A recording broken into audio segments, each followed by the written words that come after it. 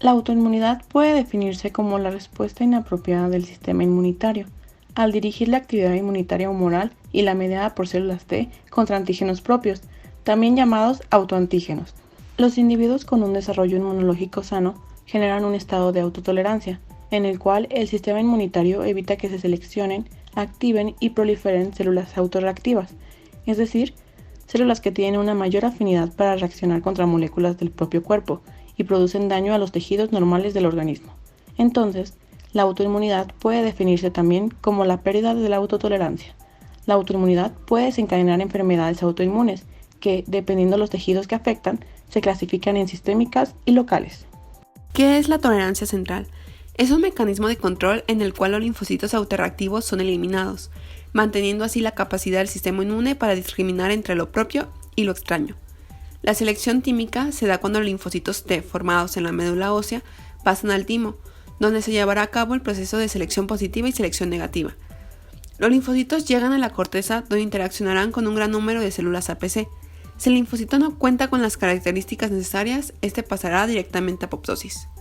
Los linfocitos pueden ir a apoptosis si su TCR se encuentra defectuoso o si su TCR es muy ávido, y puede ser perjudicial para nuestro sistema inmune. También en este punto hay una interacción con moléculas MHC clase 1 y clase 2, y aquí se decide si será un linfocito CD4 o un linfocito CD8. Todo este proceso es conocido como selección positiva. Posteriormente, los linfocitos que pasaron la selección positiva pasan a la médula, donde se dará la selección negativa.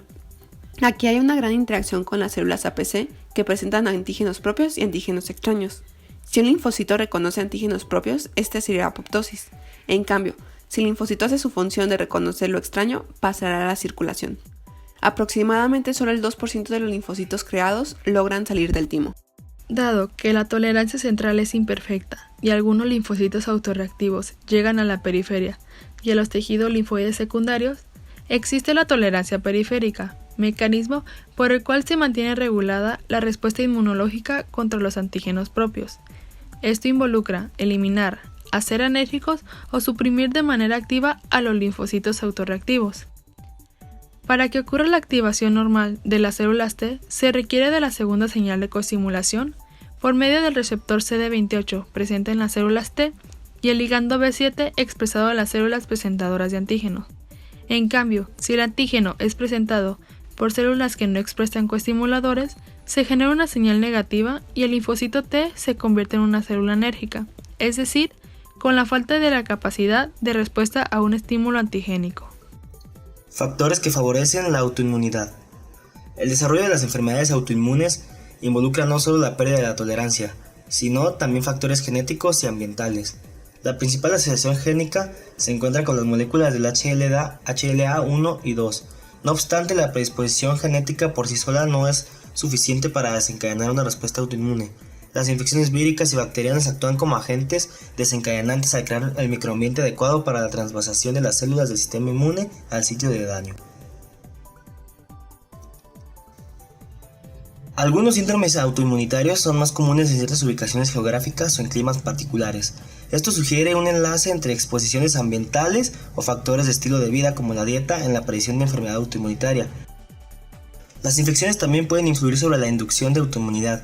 Por ejemplo, la enfermedad del tejido después de infección puede dar lugar a la liberación de antígenos propios secuestrados que son presentados de una manera que fomenta la activación inmunitaria más que la inducción de la tolerancia. Función de los genes en la autoinmunidad. Ciertos alelos dentro del complejo mayor de histocompatibilidad han quedado enlazados a varios trastornos autoinmunitarios diferentes. La asociación más fuerte entre un alelo del HLA y la autoinmunidad se observa en la espondilitis anquilosante, una enfermedad inflamatoria de articulaciones vertebrales. Los individuos que expresan HLA-B27 tienen 90 veces más probabilidades de presentar espondilitis anquilosante que aquellos con un alelo de HLA diferente en este locus. Algunas mutaciones genéticas no heredadas por el MHC pueden tener efectos causales sobre la aparición de autoinmunidad. No sorprende que estas tiendan a desempeñar funciones prominentes en la regulación inmunitaria. Las mutaciones desactivadoras en dos genes relacionados con la inmunidad, AIRE y FOXP3, dan lugar a formas de deficiencia inmunitaria que tienen repercusiones sobre la tolerancia central y periférica respectivamente. Las células T reguladoras son un subconjunto único de células TCD4 que expresan altas concentraciones de la cadena alfa de CD25. Se originan de unas células T que expresan receptores con afinidad intermedia por antígenos propios en el timo. Entonces, ¿cuál es su importancia en la autoinmunidad? Las células T reguladoras pueden inducir la tolerancia periférica al actuar en tejidos linfoides secundarios y en sitios de inflamación. Aminoran procesos autoinmunitarios. Cuando las células regulan a la alza el factor de transcripción FOXP3, luego se convierten en células T reguladoras capaces de suprimir la reacción antígenos. Esta acción fue demostrada con experimentos con ratones diabéticos y ratas. Los mecanismos por los cuales las células T reguladoras suprimen las inmunoreacciones constituyen un campo de intensa investigación, pero es evidente que la supresión es regulada, al menos en parte, por la producción de citocinas, incluidas interleucina 10 y factor de crecimiento transformante beta. La muerte celular tiene una participación importante en el mantenimiento tanto de la tolerancia central como de la periférica. Esto es ilustrado por el desarrollo de enfermedades autoinmunitarias en mutaciones naturales del receptor de muerte o del ligando Fas. Al igual que el subgrupo Th1, las células Th17 están involucradas en la inmunidad celular. Son generadas cuando células T vírgenes son activadas en presencia de IL-6 y de factor de crecimiento transformante beta, la citocina priorizante clave para la diferenciación de T reguladoras, además de IL-1 e IL-23. La diferenciación de células Th17 está controlada por un regulador transcripcional maestro, el receptor de esteroide huérfano ROR-gamma-T, cuya expresión es inducida por las citocinas polarizantes y que también desempeña un papel en el desarrollo de células T. Las células Th17 se llaman así porque producen IL-17, una citocina asociada con respuestas inflamatoria y autoinmunitaria crónicas, incluso las que dan lugar a enfermedad inflamatoria intestinal, artritis y esclerosis múltiple. Las células Th17 son el tipo de célula inflamatoria dominante asociada con trastornos autoinmunitarios crónicos. También producen IL-17F e IL-22, citocinas asociadas con inflamación de tejido. Solo se ha empezado a entender la función fisiológica de estas células, que en humanos se han de encontrar en superficies epiteliales como el pulmón e intestino, y quizá desempeñen un papel en la evitación de infecciones micóticas e infecciones bacterianas extracelulares. La hipersensibilidad. En situaciones normales sabemos que la respuesta inmune tanto celular como humoral nos permite el reconocimiento de lo propio y la eliminación del patógeno, pero en una reacción inmunitaria que es exagerada puede provocar cuadros patológicos. Tenemos 4 tipos de hipersensibilidad.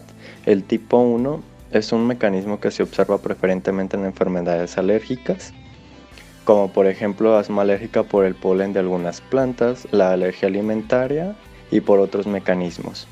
Está mediado por los linfos Th2 y la inmunoglobulina E. Estos van a activar a mastocitos y basófilos, los cuales van a liberar sus gránulos y van a provocar signos y síntomas como estornudos, broncoespasmo, angioedema, congestión, manchas rosáceas en piel, náuseas y vómitos, y también se le conoce a este tipo como respuesta inmediata. La hipersensibilidad tipo 2 es un mecanismo de daño que se observa preferentemente en citopenias autoinmunes, es de tipo humoral, mediado por IgG o IgM, con capacidad de opsonizar, reclutar leucocitos y de activar el complemento causando respuesta inflamatoria. Las inmunoglobulinas se unen a la célula blanco activando el sistema de complemento en su vía clásica, estimulan la degranulación de los mastocitos, aumentando la vasodilatación y la permeabilidad vascular. Estos van a reclutar los macrófagos y los neutrófilos, ocasionando daño tisular. Y además los eritrocitos, las plaquetas y los neutrófilos serán sacados de la circulación, teniendo como respuesta anemia, neutropenia y plaquetonemia. La hipersensibilidad tipo 3 es un mecanismo de daño donde las inmunoglobulinas forman complejos autoinmunes junto con el antígeno dentro de la circulación. El daño tisular dependerá entonces de los sitios donde se depositen estos inmunocomplejos. La enfermedad más emblemática es el lupus eritematoso sistémico, que generan autoanticuerpos que reconocen proteínas o ADN, y sus manifestaciones son artritis, serositis, inflamación de tejidos serosos, pleura, pericardio y peritoneo, nefritis y vasculitis. Estos complejos inmunes se depositan en sitios de preferencia donde se produce un ultrafiltrado sanguíneo y en el endotelio. Van a provocar la cascada de coagulación y del complemento y van a activar a los neutrófilos como en el mecanismo de tipo 2. Y la hipersensibilidad tipo 4, también conocida como respuesta de hipersensibilidad retardada, involucra mecanismos celulares de daño. Se presenta una reacción linfocítica que lleva a la circulación de macrófagos y a la formación de granulomas, como en el caso de la tuberculosis o de la hepatitis. El antígeno es captado por una célula presentadora de antígeno, quienes lo procesan y presentan en contexto de moléculas de histocompatibilidad a linfocitos T, quienes liberan citocinas y producen inflamación. La enfermedad de Hashimoto es un trastorno autoinmunitario en el que las células plasmáticas crean anticuerpos que dañan la glándula tiroides. Se desconoce la causa por el cual el sistema inmunitario ataca esta glándula. Algunos consideran que un virus o una bacteria podría desencadenar la respuesta, mientras que otros creen que un fallo genético podría estar relacionado, aunque existen también otros factores, entre ellos el sexo y la edad, que podrían determinar la probabilidad de padecer este trastorno. La enfermedad de Hashimoto generalmente avanza con lentitud en el transcurso de los años y causa un daño crónico en la tiroides. Los signos y síntomas son parecidos a los de un hipotiroidismo, como la fatiga, el aumento de peso, la debilidad muscular, entre otros, además de presentar hinchazón en la parte frontal de la garganta conocida como bocio.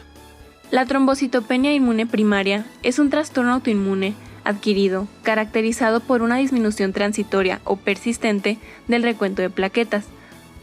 Esta enfermedad es un síndrome causado por la destrucción excesiva de plaquetas por autoanticuerpos dirigidos contra antígenos de la membrana plaquetaria, así como por su deficiente producción por el megacariocito, debido a la acción de estos autoanticuerpos sobre la membrana de este en la médula ósea. La destrucción de plaquetas se lleva a cabo en macrófagos del sistema retículo endotelial. La clase de inmunoglobulina involucrada es IgG, en el 92% de los casos. Las plaquetas opsonizadas por anticuerpos de tipo IgG son destruidas por macrófagos en el vaso con baja afinidad de receptores Fc. Estos receptores tienen una porción ITAM en las regiones citoplasmáticas y la fosforilación de esta porción produce la unión a la fracción Fc en el macrófago. De manera consecuente, se fosforila la proteína Sig y activa la fagocitosis. La plaqueta con el complejo antígeno-anticuerpo es captada por los macrófagos del vaso mediante receptores para el fragmento Fc de la inmunoglobulina. Una vez ligada a la plaqueta, es fagocitada, con su posterior internalización, digestión y degradación. La diabetes mellitus tipo 1 es una enfermedad crónica en la cual el páncreas produce poco o nada de insulina. Esta es producida por alteraciones en las células beta pancreáticas, las cuales se encargan de producir esta hormona.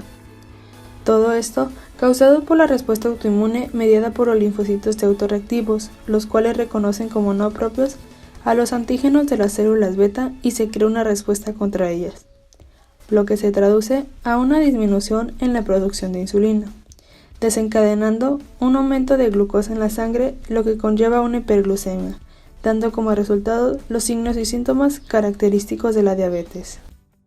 La miastenia gravis es un trastorno autoinmune de la transmisión neuromuscular, en el cual la interacción del neurotransmisor acetilcolina y su receptor es afectada por anticuerpos, interrumpiendo así la señal nerviosa entre una neurona motora y la fibra muscular. En el timo se producen falsos reconocimientos antigénicos de los receptores de acetilcolina, lo que ocasiona el desarrollo policlonal de linfocitos B, que sintetizan anticuerpos del tipo inmunoglobulina G, responsables del defecto en la sinapsis neuromuscular. Los anticuerpos bloquean el sitio activo de los receptores de acetilcolina, obstruyendo la entrada de iones sodio al interior de la célula postsináptica y su consecuente despolarización. Además, los anticuerpos, en colaboración con el sistema del complemento, activan el complejo de ataque a membrana, resultando en la destrucción de la morfología de la membrana de la célula muscular. También aceleran la degradación de los receptores de acetilcolina mediante endocitosis.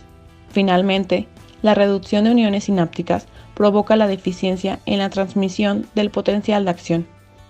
Todo se reduce a impedir la contracción muscular.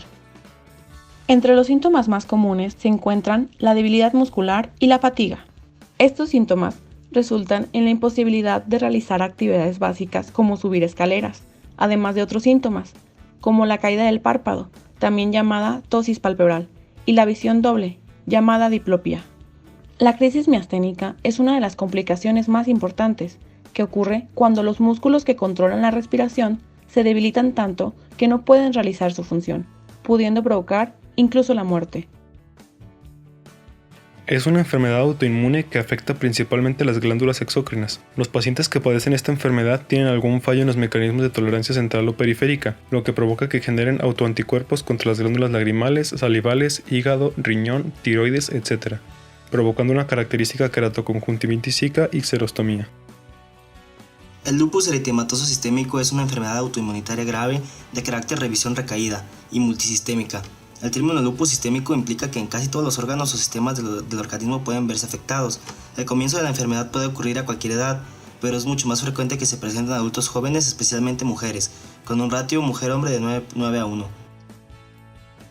Como en todas las patologías de este tipo, existe una compleja interacción entre factores genéticos y ambientales que contribuyen en la inmunopatogénesis, dando como resultado final la activación de todos los componentes del sistema innato y adaptativo. La enfermedad se caracteriza por la producción de autoanticuerpos, inflamación y daño orgánico. La presencia de estos anticuerpos es común en el suero de la mayoría de pacientes antes de la manifestación clínica de los síntomas y se ha encontrado una correlación entre sus niveles y la actividad de la enfermedad, lo que respalda la idea de que juegan un papel importante. Se piensa que estos anticuerpos forman complejos antígeno-anticuerpo que se depositan en los tejidos y favorecen inflamación local, traducido en daño.